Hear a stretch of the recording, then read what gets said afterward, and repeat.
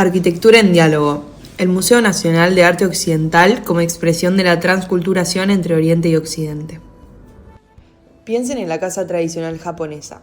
Vemos una arquitectura de madera, papel y paja, materiales que respiran, que envejecen y que eventualmente regresan a la tierra.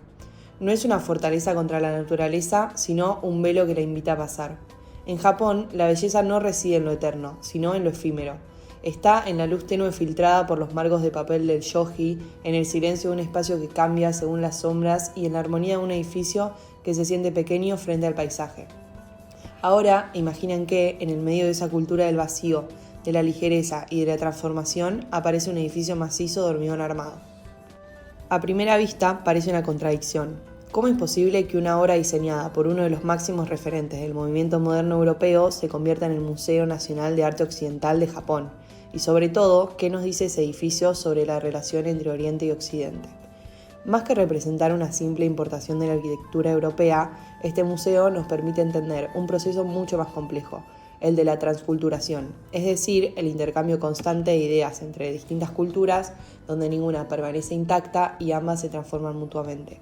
Para comprender ese proceso, primero debemos situarnos en el Japón de la posguerra. Cuando terminó la Segunda Guerra Mundial, Japón atravesaba una de las transformaciones más profundas de su historia. Si bien las bombas atómicas destruyeron Hiroshima y Nagasaki, el impacto del conflicto fue mucho más amplio. La ocupación estadounidense impulsó profundas reformas políticas, económicas y sociales, mientras el país intentaba reconstruir no solo las ciudades, sino también su imagen frente al mundo. Sin embargo, ese diálogo entre Japón y Occidente comenzó antes de la guerra.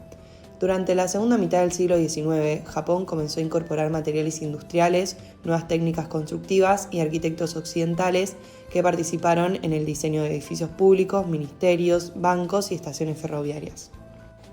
Sin embargo, mientras que Japón aprendía de Occidente, también ocurría el fenómeno inverso.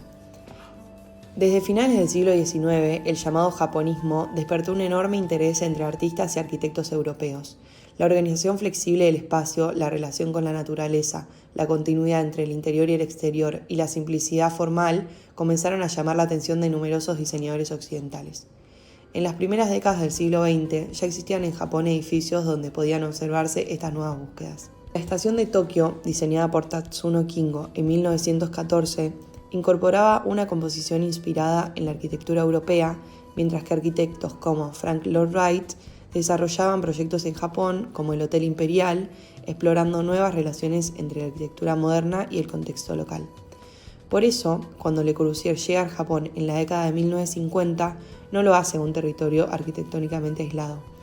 Llega a un país que llevaba décadas dialogando con la arquitectura occidental y que ya había comenzado a construir su propia interpretación de la modernidad. Y es dentro de ese proceso de intercambios donde aparece el encargo para construir el Museo Nacional de Arte Occidental. Su fin fue albergar la colección Matsukata, cientos de obras de artistas europeos como Monet, Van Gogh y Courbet, reunidas antes de la guerra por el empresario japonés Kojiro Matsukata. Al finalizar el conflicto, la colección quedó retenida en Francia como propiedad enemiga. A mediados de los años 50, Francia aceptó devolver las obras con una condición: Japón debía construir un museo para albergarlas y el arquitecto elegido sería Le Corbusier. La pregunta entonces es inevitable: ¿por qué un arquitecto suizo-francés debía proyectar un museo nacional en Japón? Porque el edificio representaba mucho más que un contenedor de obras de arte. Fue un gesto diplomático, una forma de mostrar la voluntad de Japón de reintegrarse al escenario internacional mediante un lenguaje arquitectónico reconocido globalmente.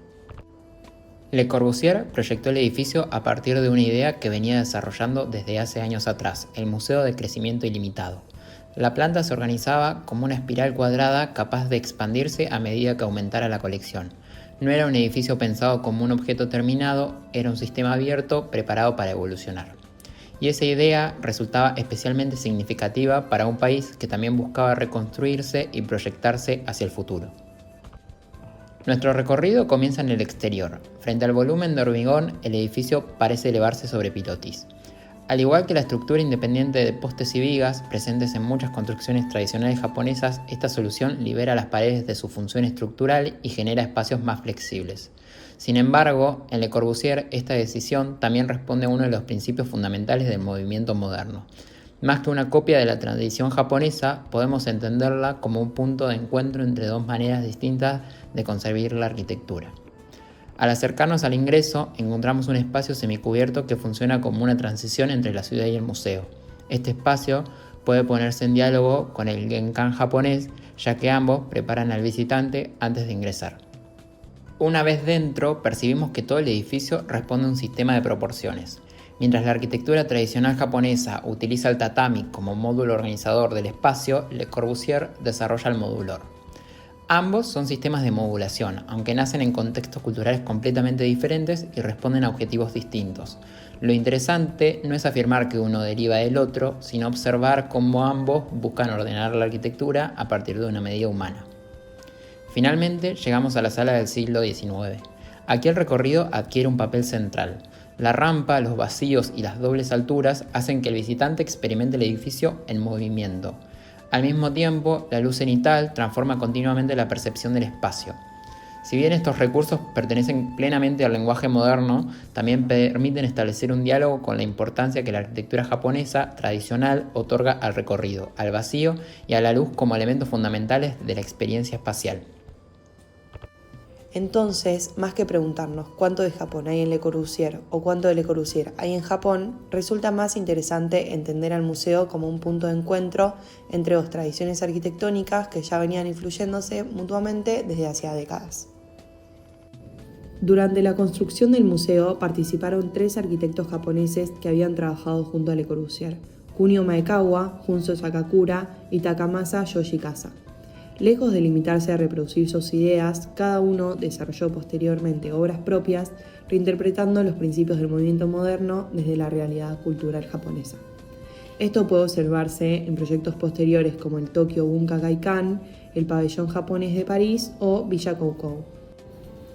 Pocos años después, estas discusiones reaparecen amplificadas en el movimiento metabolista.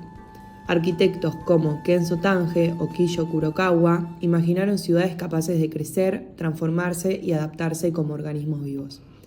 Si bien sus propuestas respondían a los desafíos del Japón de la posguerra, también retomaban muchas de las ideas sobre flexibilidad, crecimiento y cambio presentes tanto en la tradición japonesa como en el pensamiento moderno internacional. Esto demuestra que el verdadero legado del museo no fue imponer una arquitectura occidental, sino convertirse en uno de los escenarios donde ese diálogo continuó desarrollándose. Y es justamente allí donde aparece el verdadero valor de este edificio. Más que representar el inicio de la arquitectura moderna japonesa, el Museo Nacional de Arte Occidental refleja un proceso mucho más amplio de transculturación entre Oriente y Occidente. No es la historia de una cultura imponiéndose sobre otra. Es la historia de un intercambio en el que Japón incorporó ideas modernas sin abandonar su propia tradición, mientras que el movimiento moderno también encontró nuevas maneras de ser interpretado al entrar en contacto con otro contexto cultural. Por eso creemos que el Museo Nacional de Arte Occidental no representa una ruptura entre tradición y modernidad.